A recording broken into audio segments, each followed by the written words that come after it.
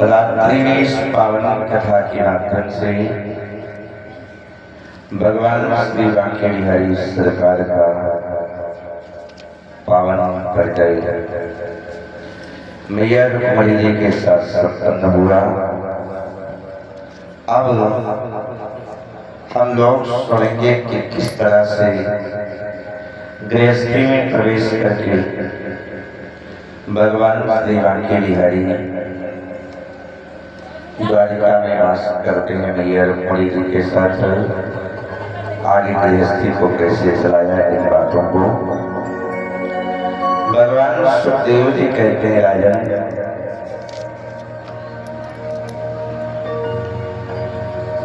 कि राज्य भूमि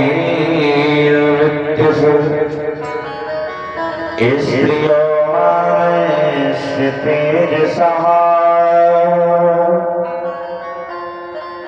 मानियो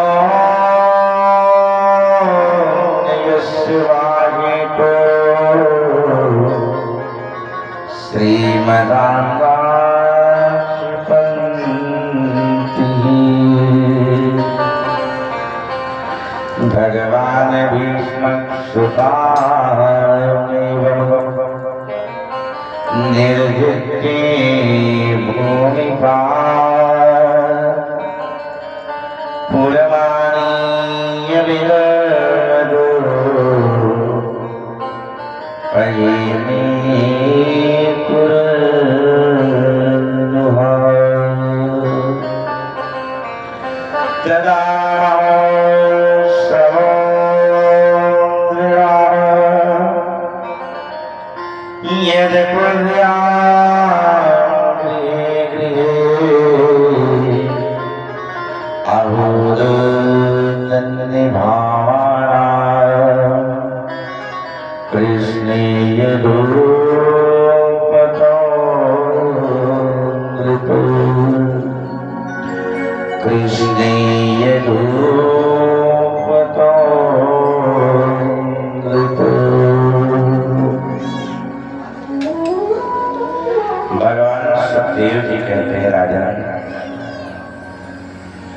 जिस समय मैया रुक्मणी जी को भगवान श्री कृष्ण ने कुंडन से मंदिर में पूजा करने के लिए गई थी, वहां से मैया का हरण किया। ये बात पता चली शिशुपाल को और रुक्मणी को, तो रुक्मणी ने देखा कि मेरी मर्यादा नष्ट हो रही है, बारात किसी दूसरे की आई है और दुल्हन कोई दूसरा लेकर के गया। तो रुक्मणी उस समय इतना लज्जित हो जाता है कि मैं किसको क्या मोड़ दिखाऊंगा।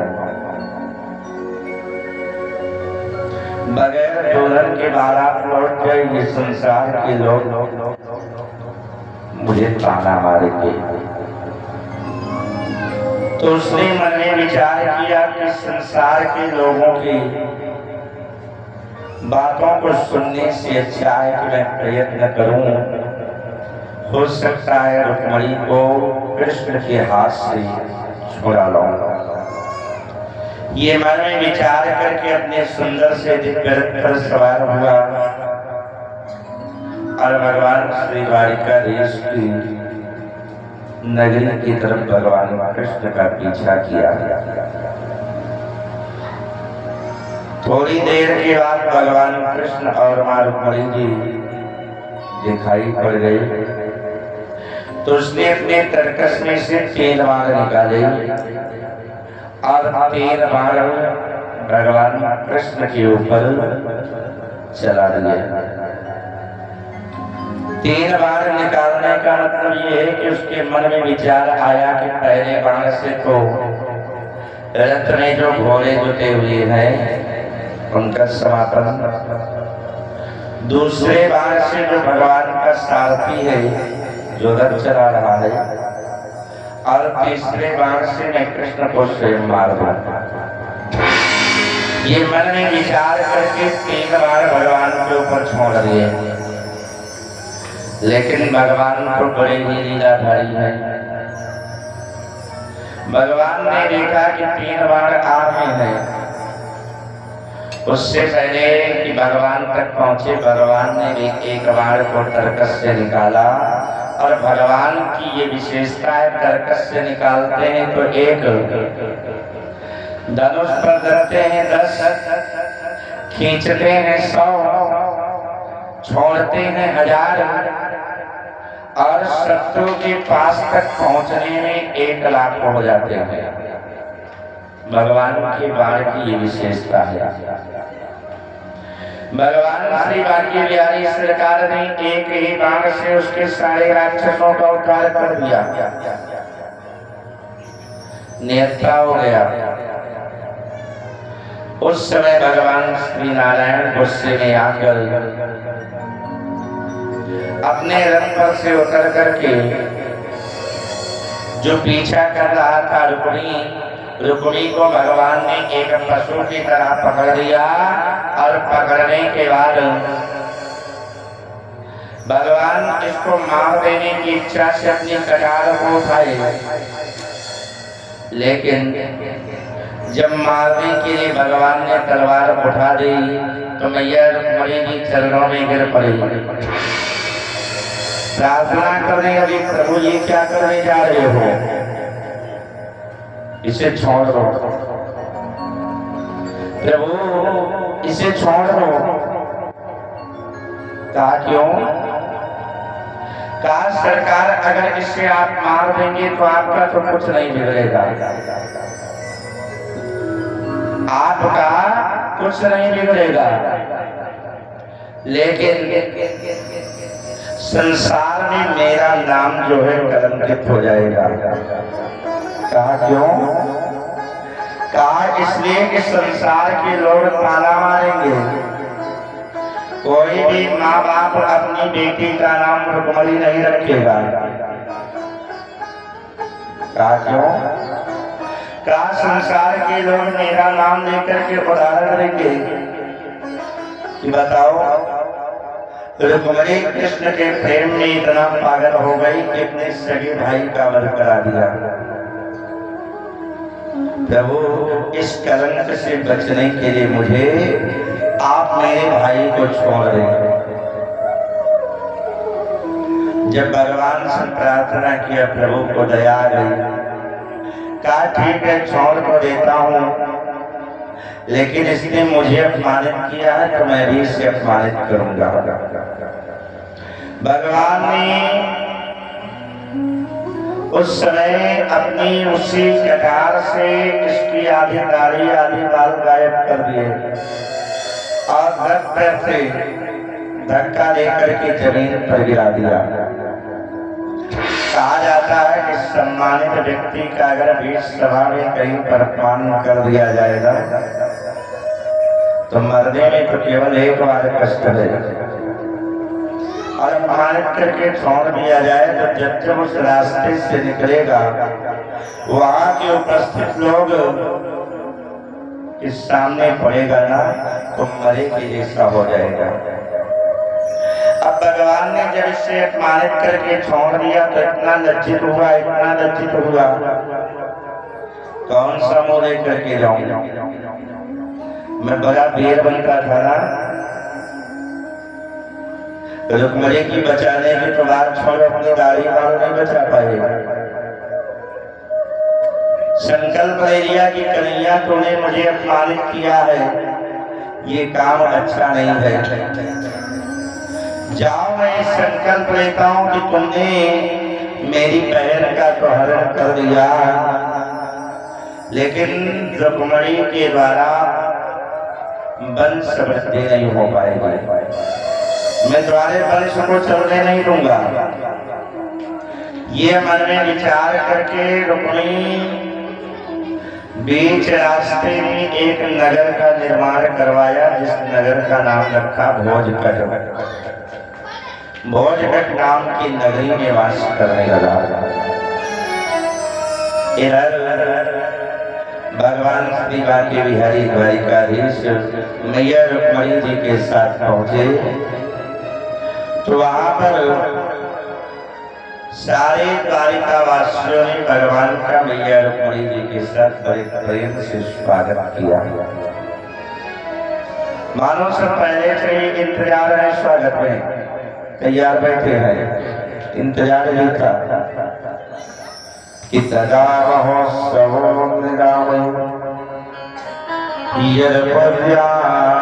गृहे गृहे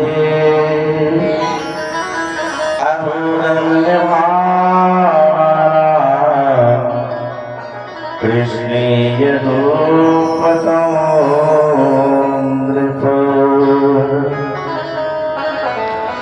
बड़ी सुंदर तैयारी किए हैं।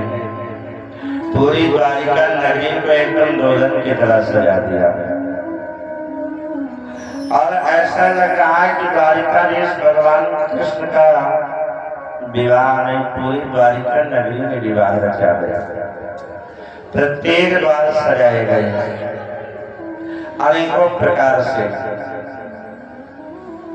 इतना सुंदर सजाया गया है, इतना सुंदर सजाया गया है कि क्या कहना है। कि आज लड़ियों से मड़ियों से सजा श्याम दरबार शोभा अधिक बड़ी। आज लड़ियों से मड़ियों से सजा श्याम दरबार शोभा अधिक बड़ी।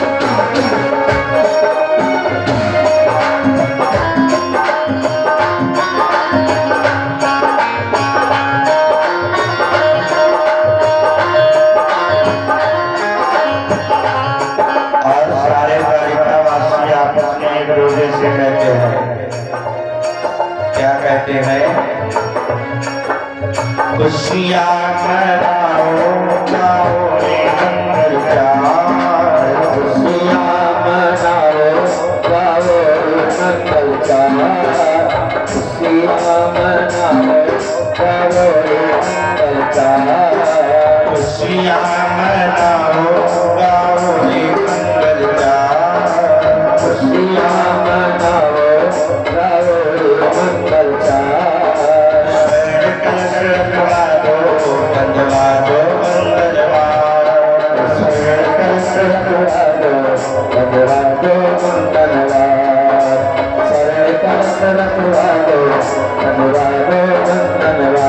आज दरियों से मड़ियों से फुलझड़ियों से सजा श्याम दरबार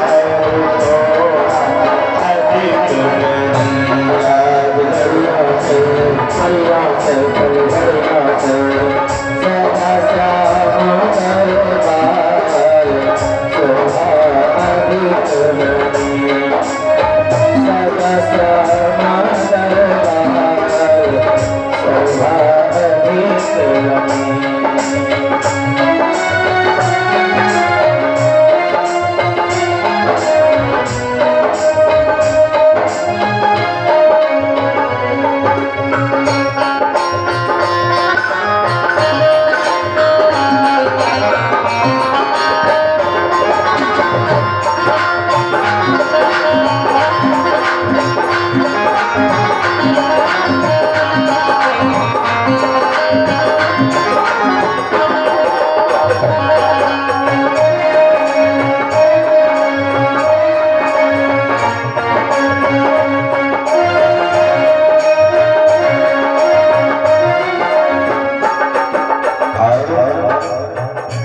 जैसे द्वारिका वासियों ने कहा कि भगवान द्वारिकाधीश आ गए हैं, इनके स्वागत में सभी लोग तैयारी करो, तो सारे द्वारिकावासी बड़े प्रेम से तैयारी करने भी लगे।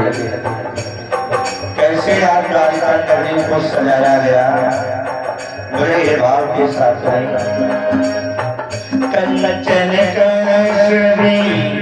सवारे सबही सजाए निज निज द्वारे कंचन कलश दीप सवारे सबहि सजाए निज निज द्वारे कंचन कलश दीप सवारे सबहि सजाए निज निज द्वारे यज्ञ सब कुंठ समाना वेद पुराण गमयस गाना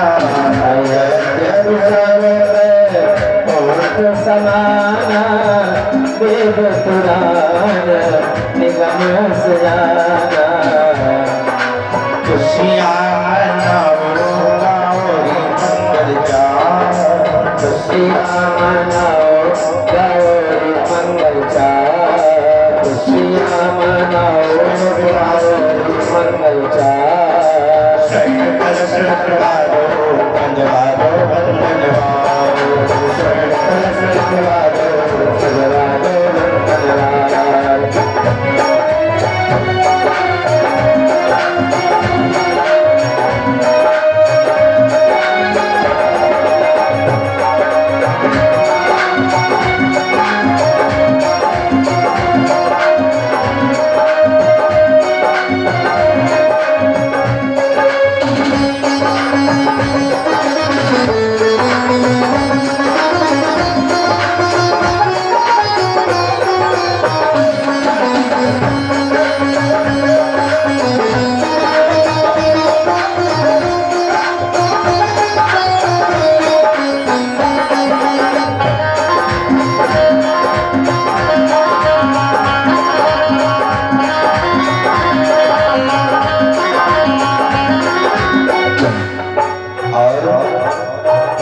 क्या क्या बनाया गया, क्या सजाया गया।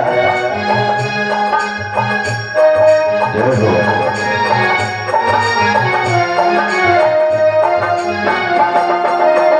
बंदनवार काका के तो सबही सजाए मंगल के तो बंदनवार काका के तो सबहि सजाए मंगल हेतु बंदनवार काका के तो सबहि सजाए मंगल हेतु सकल सुगंध सुचाई गजवन विचरती चौक पुराई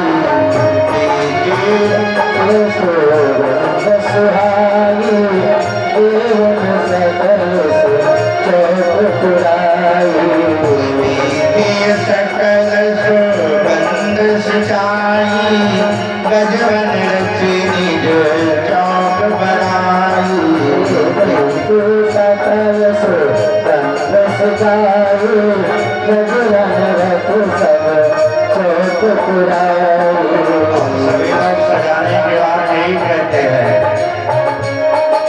खुशियाँ मनाओ गाओ रे मंगल चार खुशियाँ मनाओ गाओ रे मंगल चार खुशियाँ मनाओ गाओ रे मंगल चार सकल सत्वादो पंजवादो बंधनवाओ खुशियाँ मनाओ गाओ रे मंगल चार सकल सत्वादो सजवादो मंगलवार सकल सत्वादो सजवादो मंगलवार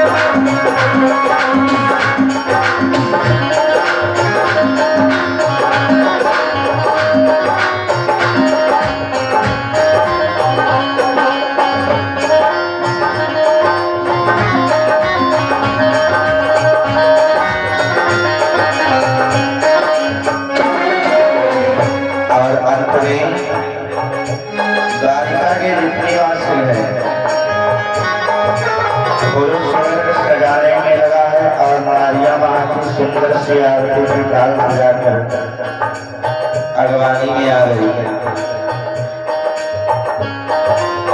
नाना भांति सुमंगल साजे हरस निशान कर बहुपाजे। नाना मंगल साधु हर्ष निशान मंगल नाना भांति सुमंगल साजे हरस निशान कर बहुपाजे। नाना मंगल साधु हर्ष निशान मंगल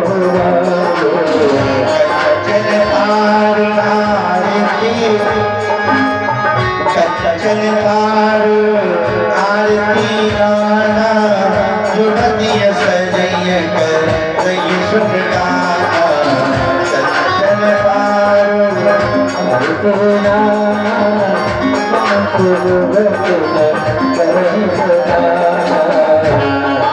खुशियाँ मनाओ गाओ मंगल जाओ।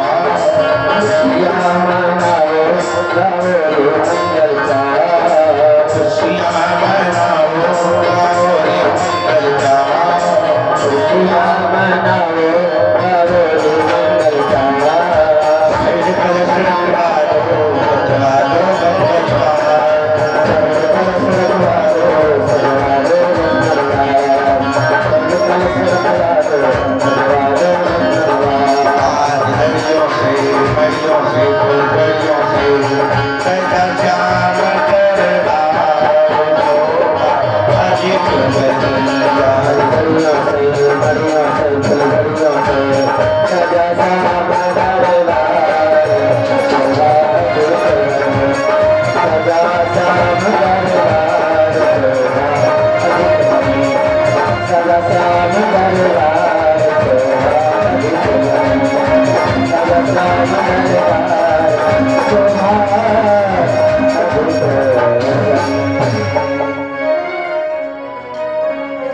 भगवान श्री द्वारिका गोविंद मां रुक्मिणी को लेकर के द्वारिका नगरी में पहुंचे और द्वारिका नगरी में इनका बहुत ही प्रेम से समस्त द्वारिका वासियों ने बड़ा सुंदर स्वागत सम्मान किया और धूमधाम से द्वारिका नगरी में ही भगवान कृष्ण व माता रुक्मिणी जी का पावन विवाह संपन्न हुआ। और जब से मैया रुक्मिणी जी भगवान कृष्ण के साथ आई, द्वारिका नगरी में जब लक्ष्मी जी का सानिध्य नारायण के साथ में हुआ तो द्वारिका नगरी में अनेकों प्रकार से प्रत्येक दिन मंगल होने लगे। चारों तरफ आनंद ही आनंद है। ठीक वैसे ही जैसे माँ जानकी के आने से अयोध्या में चारों तरफ आनंद ही आनंद था कि जब तेज राम में आई गए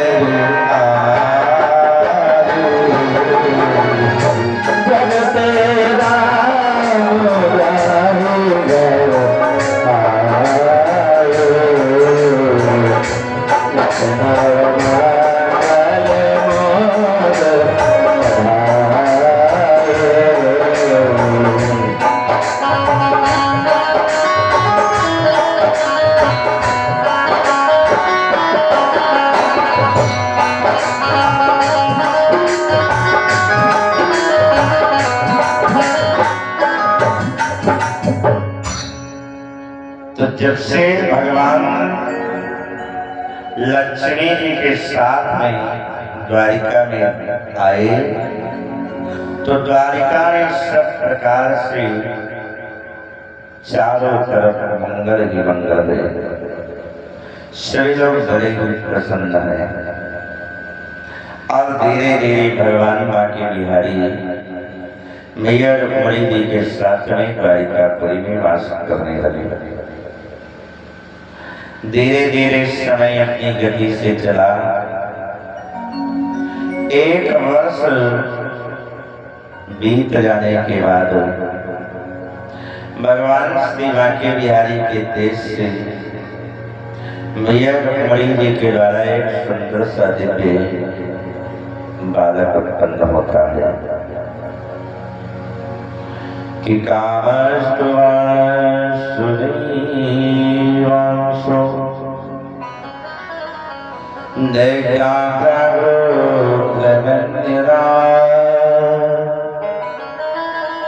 देवोपवर्तये भूय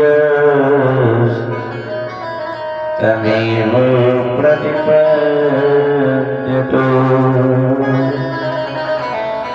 तं निर्विकार बलवान् मीनाशो विपरीत समाय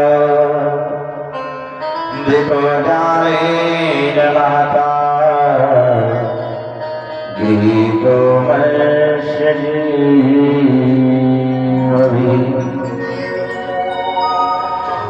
जो संकल्प लिया था रुक्मिणी ने कि कन्हैया तुम्हारे वंश को मैं नहीं चलने दूंगा, तो भगवान नारायण की कृपा हुई, मैया रुक्मिणी जी को एक सुंदर सा बेटा उत्पन्न हुआ। इतना सुंदर बेटा है, इतना सुंदर है कि क्या कहना, सर्वांग सुंदरम दिव्यम, बहुत ही सुंदर है, दिव्य है। और जब भगवान के पुत्र का जन्म हुआ, द्वारिका वासियों को पता चला, तो द्वारिका वासी सब इतने प्रसन्न हो गए, इतने प्रसन्न हो गए कि क्या कहना। जैसे नंद बाबा ने भगवान कृष्ण का जन्मोत्सव गोकुल की पावन धरती पर मनाया था, ऐसे ही भगवान कृष्ण के पुत्र का जन्मोत्सव मैया देवकी और वसुदेव जी भगवान कृष्ण के साथ मिलकर के बड़े धूमधाम से मनाते हैं। बड़ी प्रसन्नता है।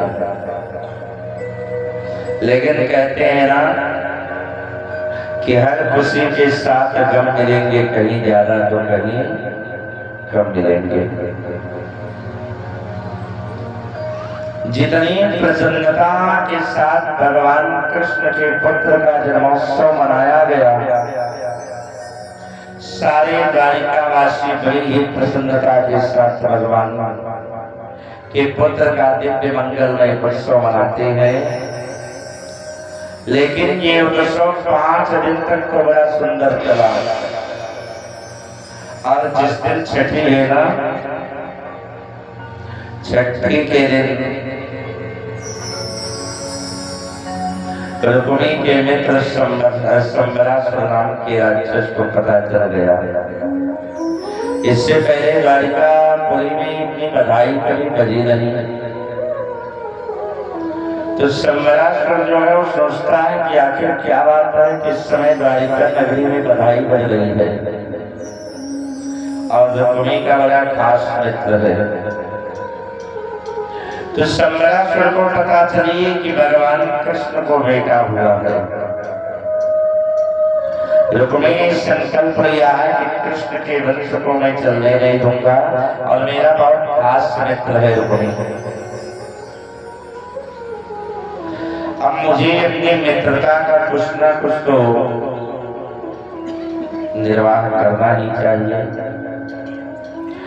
तो संबरासुर नाम का राक्षस रुक्मिणी से मित्रता करने के कारण उस संकल्प में वो भी साझी हो गया।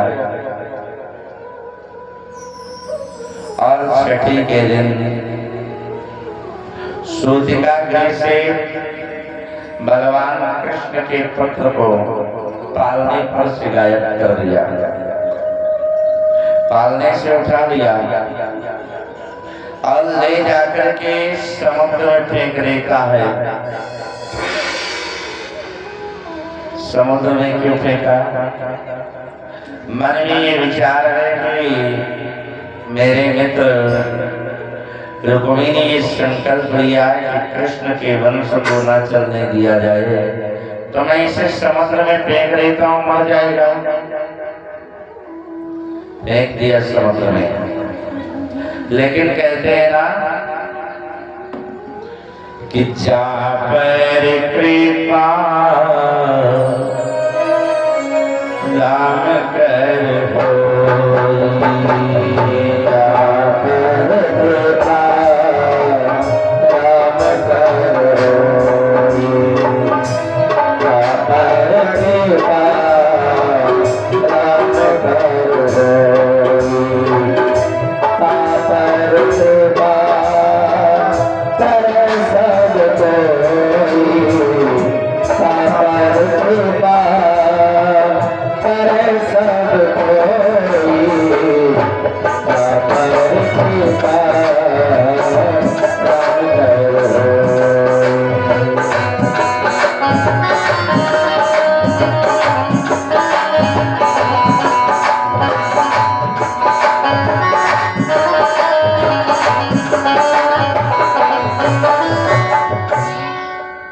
तो ये सोच करके फेंक दिया बच्चे को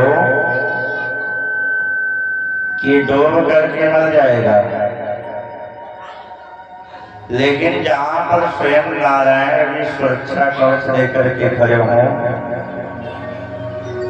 उसका क्या बिगाड़ सकता है कोई, जब स्वयं नारायण के रखवाले बन करके, पहरेदार बन करके पहरा दे रहे हो। फेंक दिया समुद्र में। संयोग इतना अच्छा कि एक विशालकाय मछली ने शत्रुघ्न जी को समूचा ही निगल लिया और अपने पेट में जाकर के स्थापित कर दिया। और जब पेट में प्रद्युम्न जी पहुंच गए, तो प्रद्युम्न जी को वहां पर भोजन जैसे माँ के गर्भ में मिलने लगता है, वैसे ही भोजन की प्राप्ति होने लगी। काफी दिन बीत जाने के बाद कुछ शिकार खेलने वाले शिकारी जो मछली पकड़ने का काम करते हैं, शिकारियों ने समुद्र में मछली पकड़ने के लिए जब अपने जाल को डाला, तो संयोग ऐसा कि आज वही मछली इन शिकारियों के जाल में फंस गई, जिस मछली ने प्रद्युम्न जी को अपने पेट में रखा है। शिकारियों ने आज से पहले इतनी विशालकाय मछली कभी देखी नहीं थी। इनके जीवन की ये पहली ऐसी विशालकाय मछली है जो हाथ से लगी है। तो इन सबके मन में विचार आया कि मेरे जीवन की सबसे पहली उपलब्धि है, मैं इस मछली का दान कर दूं अपने राजा संबरासुर को। ये मन में विचार करके मछली का दान कर दिया संबरासुर को। लेकिन कहा जाता है ना कि तुलसी जैसी भवतव्यता तैसी मिले सहाय, ताहि कावै ताहि पर ताहि कहाँ लई जाए। मारने के लिए संबरासुर ने पहले फेंका, लेकिन अभी थोड़ी देर बाद ये स्वयं संबरासुर का वध करेंगे। अब मछली को भेज दिया गया संबरासुर के यहाँ। संबरासुर के यहाँ जब सोई का काम करते हैं, उस मछली को काटने लगे और पेट को फाड़ा गया, तो मछली के पेट में सुंदर सा एक बच्चा मानव का दिखाई पड़ा। तो उनके यहाँ पर एक महिला है सोइया, जिसका नाम मायावती है। मायावती ने सुंदर से बच्चे को मछली के पेट में देखा, तो ममता से इनका मन भर आया और मायावती ने प्रद्युम्न जी को अपनी गोद में उठा लिया और सभी लोगों से कहने लगे कि मैं इस बच्चे का लालन पालन करूंगी, किसी को कोई दिक्कत नहीं है। मायावती उस बच्चे का लालन पालन करने लगी। काफी दिन व्यतीत हो गए। एक दिन देवर्षि नारद जी पहुंच गए वीणा को बजाते हुए मायावती के पास। और कैसे चलते हैं नारद जी सभी जानते ही हो, है कि श्रीमन नारायण नारायण नारायण श्रीमन नारायण नारायण नारायण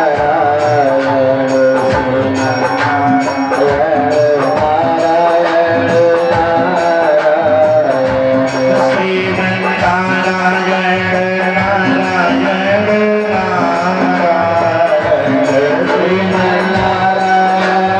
नारायण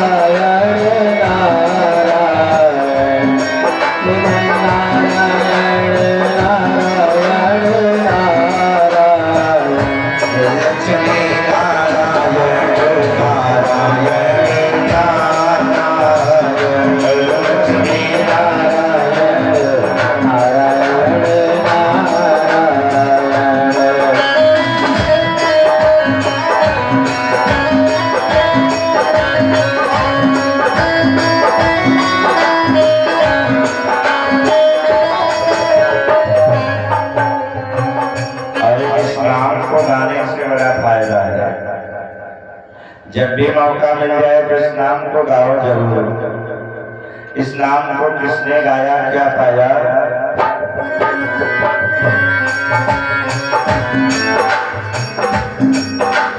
गजे और राम लड़े जल भीतर लड़त लड़त गजहारा।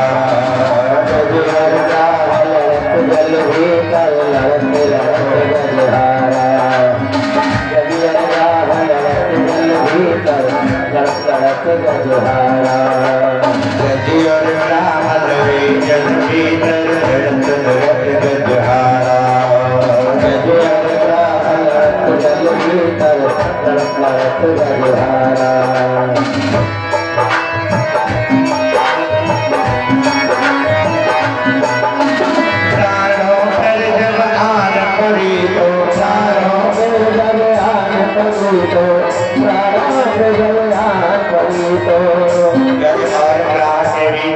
लड़ाई चल रही है, 10,000 वर्षों तक युद्ध हुआ।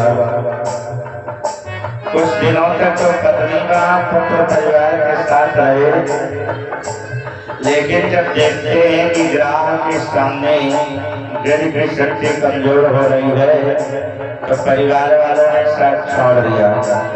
कोई नहीं बचा उनके पास। जब कोई नहीं तो भगवान को याद किया, नवा आत्मा नहीं पाई, प्रभु अब आपकी मेरी रक्षा करो। गजी और राम लड़त जल भीतर लड़त लड़त गजहारा। गजे और राम लड़त जल भीतर लड़त लड़त गजहारा। गजे और राम लड़त जल भीतर लड़त लड़त गजहारा। चारों पर जब आन पड़ी तो चारों में जब आन पड़ी तो चारों पर जब आन पड़ी तो नारायण को पुकारा। आओ नारायण नारायण नारायण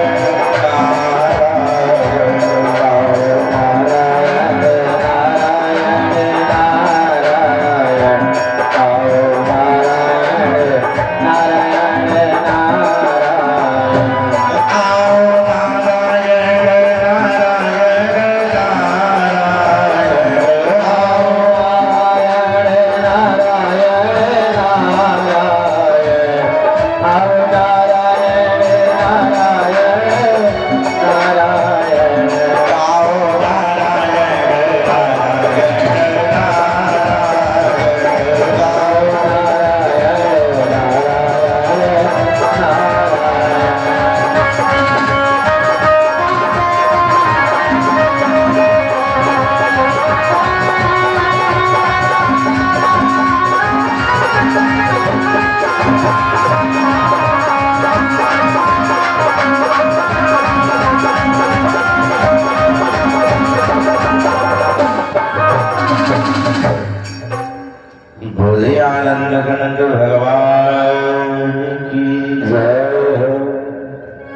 तीन नारद जी पहुंच गए मायावती के पास और मायावती के पास पहुंच करके नारद जी ने मायावती से कहा, देवी ये बताओ, जिस बच्चे का आप लालन पालन कर रही हो, आपका इससे संबंध क्या है? नारद जी की बातों को सुन करके मायावती ने बड़े ही सौम्य भाव से कहा, बाबा अब इसका और हमारा संबंध क्या है ये तो मैं नहीं जानती हूँ, भगवान जाने, लेकिन हाँ इतना मैं जरूर कहूंगी कि मैंने इस मानव को तन पाने का जो मुख्य लक्ष्य था उस लक्ष्य को जरूर हासिल किया है। विषम परिस्थिति में इस बच्चे का मैंने लालन पालन किया, ये मैंने मानव होने का कर्तव्य पूरा कर लिया है, बाकी संबंध क्या है तो मैं नहीं जानती। क्योंकि कहा जाता है ना कि इस संसार में परोपकार से बड़ा कोई धर्म नहीं है। कि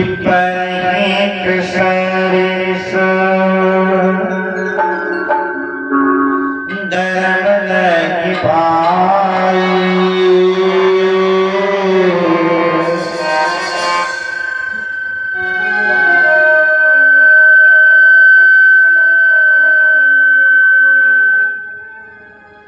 कि पैरहित सरिस धर्म नहीं पाई,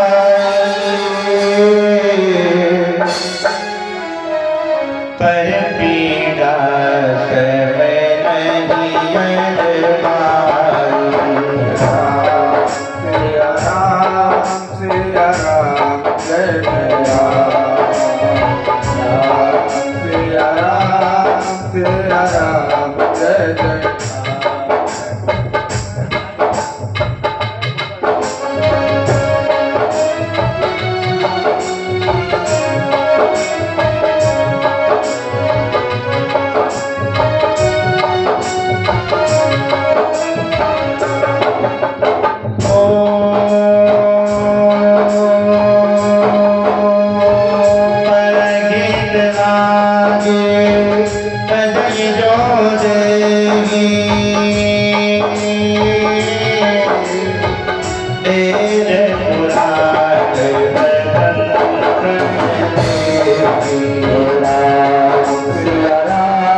सिया राम जय जय राम, सिया राम जय जय राम।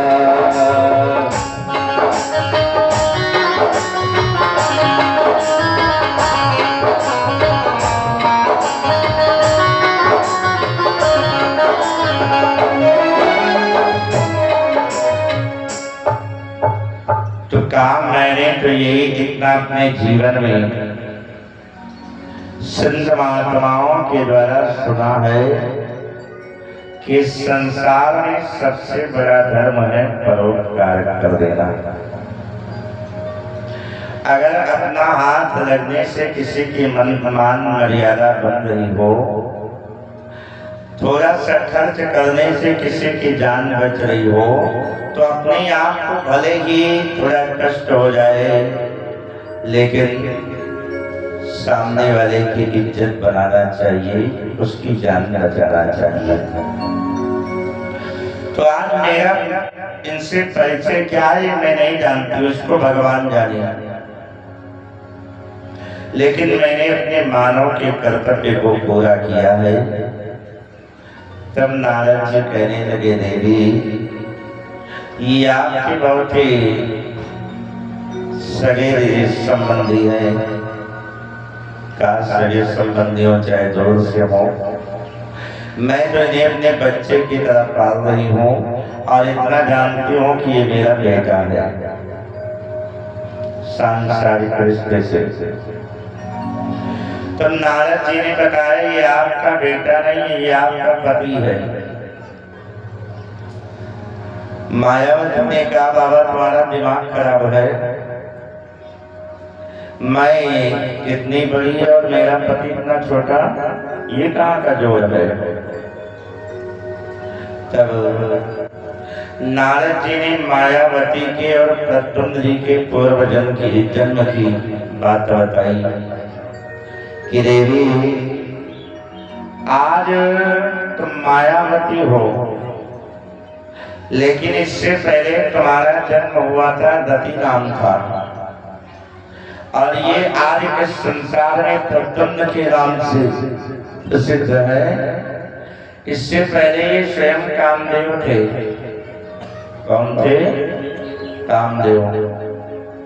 लेकिन एक बार एक बड़ा ही दुर्दांत राक्षस हुआ जिसका नाम तारकासुर है।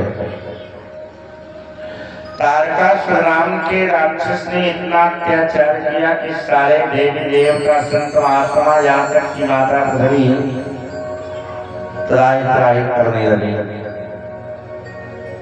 इस तारकासुर नाम के राक्षस को यह आशीर्वाद मिला है कि तुम्हारी मौत होगी तो भगवान शंकर के बेटे के द्वारा।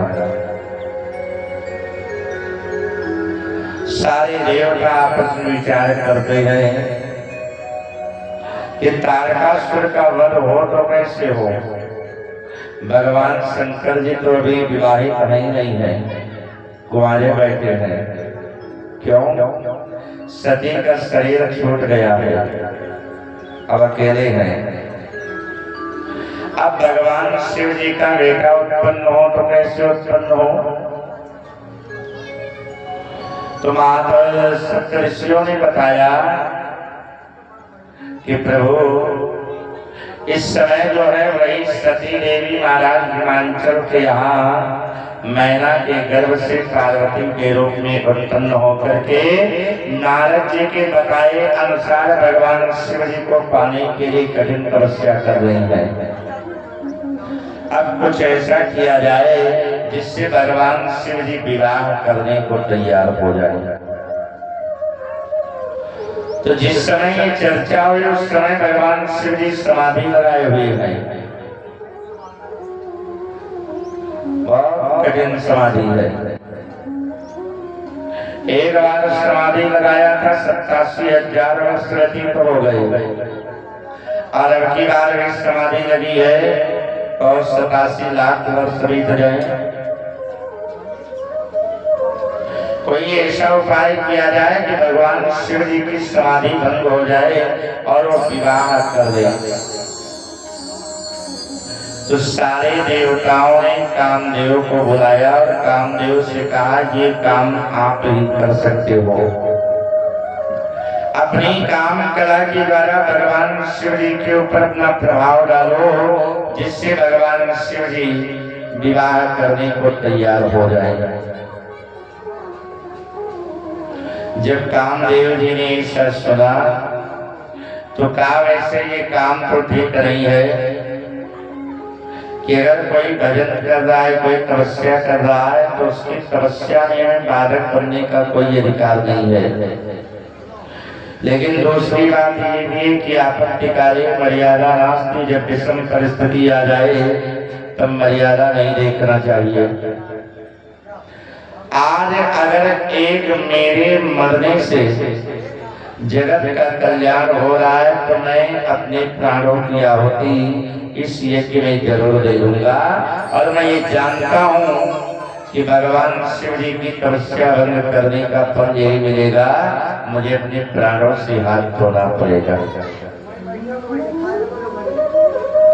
कामदेव उन देवताओं को आश्वासन देकर के चला गया कि मैं जा रहा हूँ भगवान शिव जी को मुक्त करने के लिए, जितने भी मेरे पास कला है सारी की सारी कला प्रयोग करूंगा। कामदेव सारे देवताओं को आश्वासन देकर के चलाया और अपनी काम कला का प्रदर्शन ऐसा किया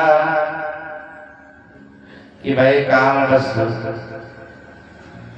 जितना भी संसार में जितने भी योगी यति सन्यासी महात्मा सब काम के वशीभूत हो गए।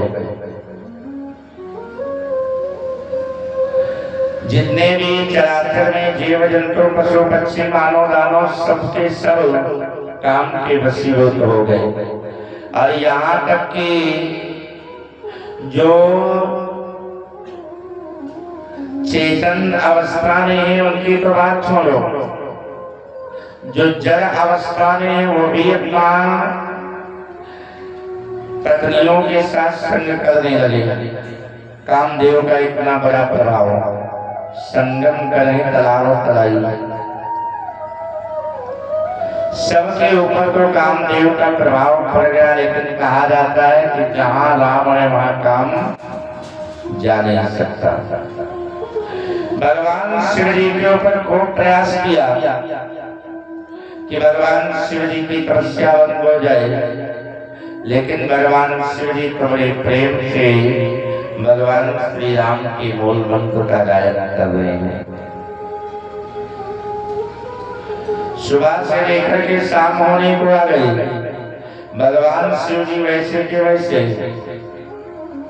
कामदेव एक पेड़ के ऊपर बैठ करके गन्ने के द्वारा बनाया हुआ एक बाण भगवान शिव जी के ऊपर छोड़ दिया। वो बाण जाकर के भगवान शिव जी को लगा, और जब भगवान शिव जी को बाण लग गया तो भगवान शिव जी की तीसरी आंख खुल गई। और तीसरी आंख भगवान शिव जी की खुल जाए तब तो मानो खुल रही है। बाण लगा नहीं कि भगवान शिव की तीसरी आंख खुल, और बाबा जी कहते तीसरा नेत्र खुलते ही कि जब शिवती शरण उठा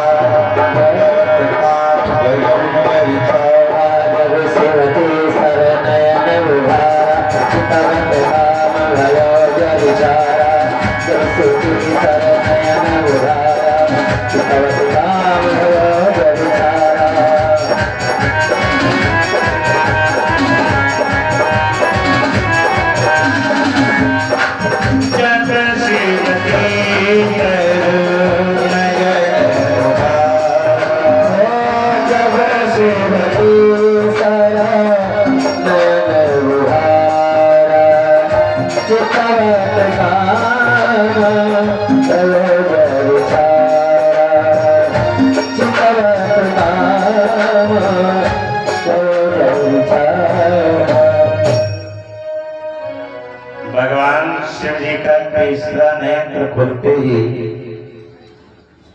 ये जो कामदेव है ना, कामदेव जल करके राख हो गया। ये बात पता चली रति देवी को, तो रति देवी वहां से विलाप करते हुए भगवान शिव जी की शरण में आ गई। भगवान शंकर जी के चरणों में प्रणाम करके बारंबार निवेदन करने लगी, प्रभु ये आपने क्या कर दिया? प्रभु मैं आपके चरणों की राशि में आपसे अपने पति के जीवन का दान मांगती हूँ। भगवान आप बड़े दयालु हैं, आप मेरे ऊपर कृपा कर दो, मेरे पति के प्राणों को वापस कर दो। जब भगवान शिव जी से बार बार प्रार्थना करने लगी, भगवान कुछ बोल नहीं रहे हैं, क्योंकि हमारे संतों ने भगवान शिव जी को कहा कि भगवान शिव जी को बड़े दयालु हैं। चढ़े रुष्टा चढ़े तुष्टा रुष्टा तुष्टा चढ़े चढ़े, एक मिनट में नाराज होते हैं और दूसरे मिनट में प्रसन्न हो जाते हैं। तब रति देवी भगवान शिव जी के चरणों में बारंबार प्रणाम करते हुए प्रार्थना करने लगी कि प्रभु मैं आपके चरणों की दासी हूँ और मैं बगैर पति के जीवन कैसे जी सकती हूँ, क्योंकि पत्नी का आधार तो केवल पति है। आप मेरे पति के प्राणों को वापस कर दो। बड़े ही भाव से रो रो करके स्तुति करते थे। आओ हम लोग भी भगवान शिव जी के दिव्य चरणों में प्रणाम करें।